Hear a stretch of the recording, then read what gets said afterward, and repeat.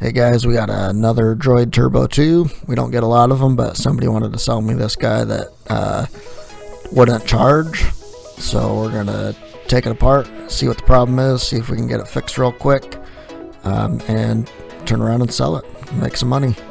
Alright, so I just took one of these apart. If you want to look at our old videos, if you want to see it taken apart slower, since I already have one up, I didn't want to waste time with a long video. So if you want to see that done slowly, just check out our other videos and check out the other Droid Turbo 2 take apart. Again, you're going to need a T4 bit to take this one apart. Here's a T4. I suggest doing this in hyperspeed if you can. If you can't, that's cool too. It'll just take you about a tenth of the time. Alright, all the screws are the same except for the two in the top middle and the two in the bottom middle, but all four of those are the same screws. You can keep them separate, but they can go in, as long as you get them in the top two middle and bottom two middle, it doesn't matter. Alright, so I'll show you. Plugging it in don't work. Give it a second in case, but no, there's nothing. We have a wireless charging pad. This does have wireless charging, so we can go ahead and test it out on the wireless charger, see if we can get anything out of it. I actually hadn't thought to do this before I started making the video, and then I was like, oh yeah, duh. So you can see the little green light flashing. Boom, that means bad charger port, because the thing actually does accept a charge. Right there, green flashing light. Should probably give you a charging symbol if you left it on there a little bit longer and get a little juice on the battery.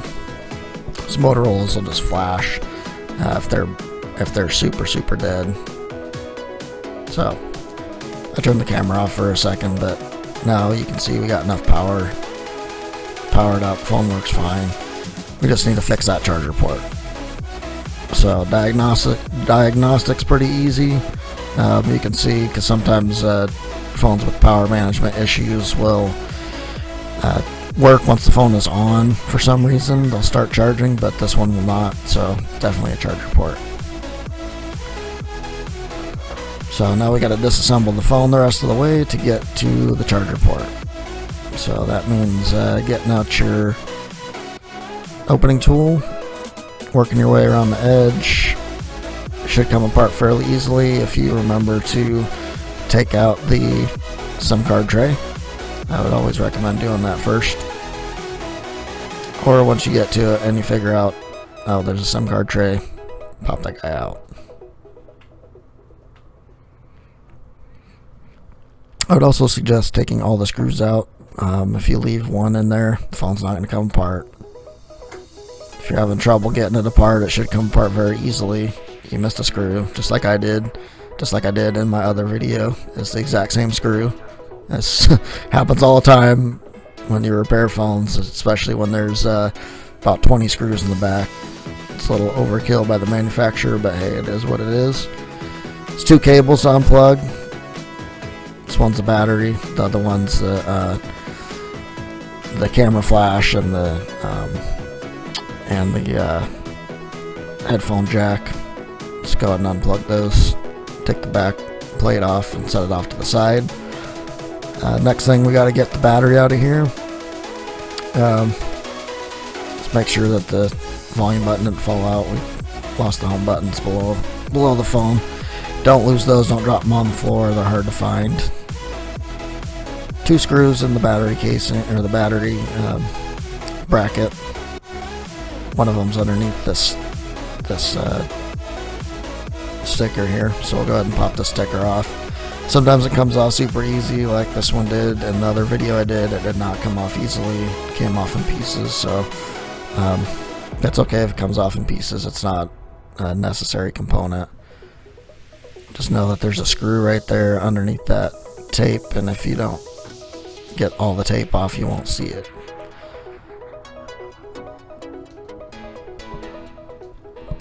Now, if you do a lot of Motorola's, you'll find out that their torque screws a lot of times are rounded. For whatever reason, they don't work well unless you have nice fresh bit, so sometimes you got to get a new bit. They wear out very quickly. And a lot of down pressure. Make sure you put a lot of down pressure, otherwise you'll just strip it out, and then you'll have an awful time getting it off at that point. So got that guy off. I double checked, make sure it wasn't super round. It was okay, so we'll leave it and we'll put it back in the phone when we're done. Alright, now we need to plug some of these cables. You got the LCD connector, you got the battery connector, you got the front-facing camera, you got the digitizer connector. There's some capped on tape over the digitizer connector and the LCD connector. Go ahead and stick those somewhere where you can get them to put them back on.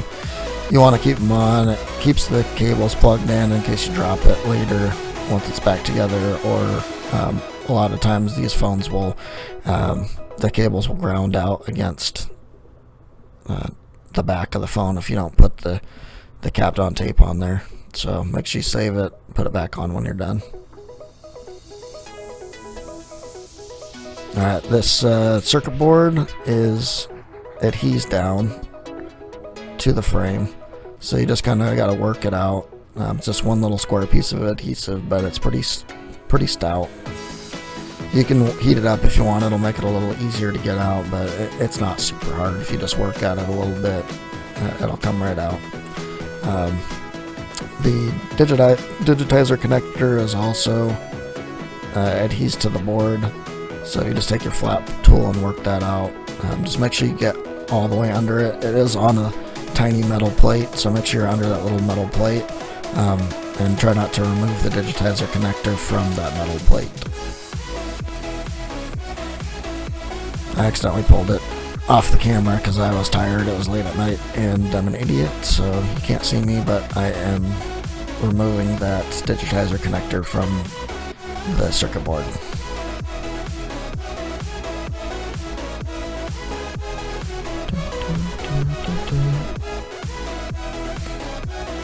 Alright, there's that little piece of adhesive. Comes right out once you get it off. There is an antenna that connects underneath the board. Don't pull too hard on the circuit board till you unplug that, and then the circuit board will come right out. So now we got the charging port we need to repair. Sometimes you can just repair the one on there. You can't really see the damage just on the phone as far as it'll zoom in, but I'll take this sharp tweezers, and you can't see it on the video, but the connectors on the charger port are loose. It's just the solders broke loose, which is good. I can just resolder them real quick. I don't have to replace the whole thing. Just toss some flux on there, get some fresh solder on your soldering tip, and just add some new solder onto the connections. I think the whole thing takes me somewhere between 30 seconds and a minute. The longest amount of time is just waiting for the soldering iron to heat up.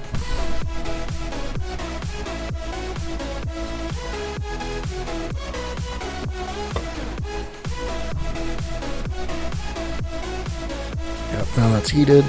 Attend the tip.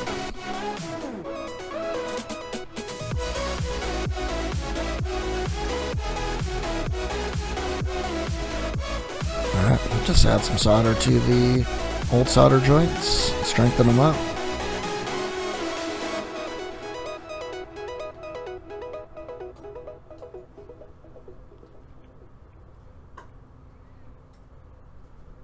Had to zoom in a little bit.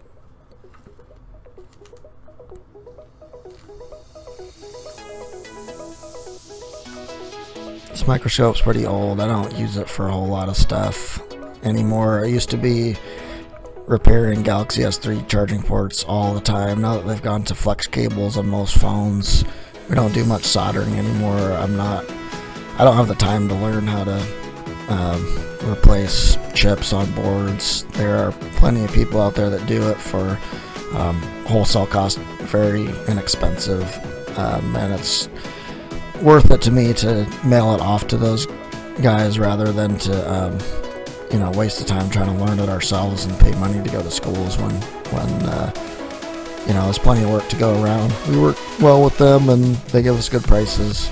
If you need a connection for that kind of stuff, just shoot us a message or leave a comment below, and I'll go ahead and get back to you with the contact info for that. So that's all it took, just about a minute of soldering. Even though it's no clean flux, I don't like having it on the board, so I'll just go ahead and clean it off real quick. Use a soft bristled toothbrush. Buy them at the dollar store. I got this one free at the dentist with my last visit, so bonus. Alright, now just reassemble your device in the same manner that you disassembled it, in the same order.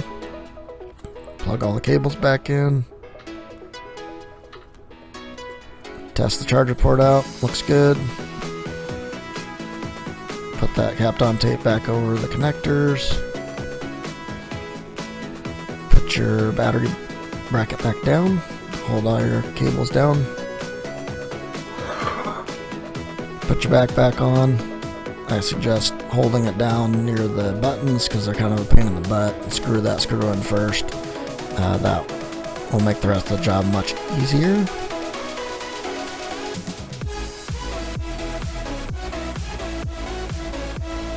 I know this is all sped up, but before I cut this video, I'm just taking my time, no hurry, no rush or anything.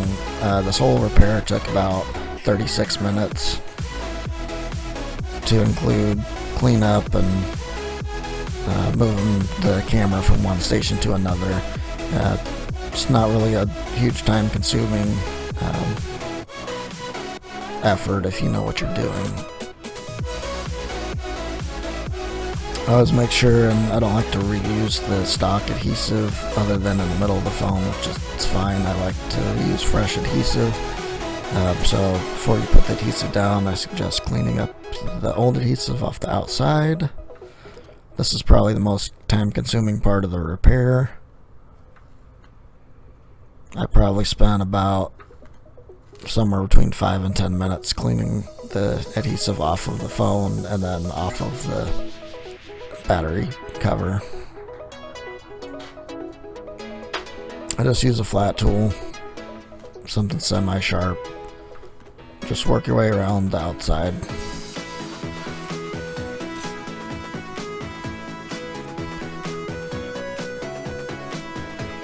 Again, if you want a slowed down video, check out the other video that I made for the Turbo 2. I sped up the cleaning process, but most of the other stuff was at normal speed. So if you have any questions or you want to see anything slower, just check out the other video and you'll get more of a accurate representation of the repair. So, including this part where I tape the back down. Just tape around the outside.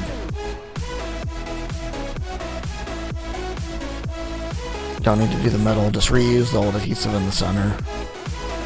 Get an X-Acto knife, cut off any overhangs, any overhanging adhesive. Make sure you leave the hole for the loudspeaker mic. Make sure you cut the adhesive over the top of that, otherwise your loudspeaker mic will be very muffled.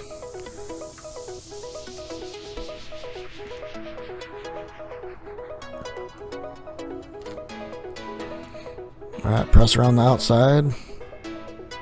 Clean up your mess. Make sure you get a good seal on it. The back on this seals really well. It fits really well. Motorola made the back on this one a lot better than, say, the Nexus 6, which is horrible to try to readhese the back to. We got that. Let's plug it back in. Get some charge on it. Charger port's still working. Take a drink, you've earned it. Yerba Mate, FTW.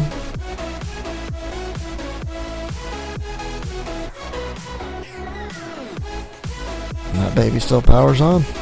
And it's charging. We're good. Now we'd turn around and sell this for $150. Good deal. Like, subscribe, share. Thanks for watching. And I hope you have a great day.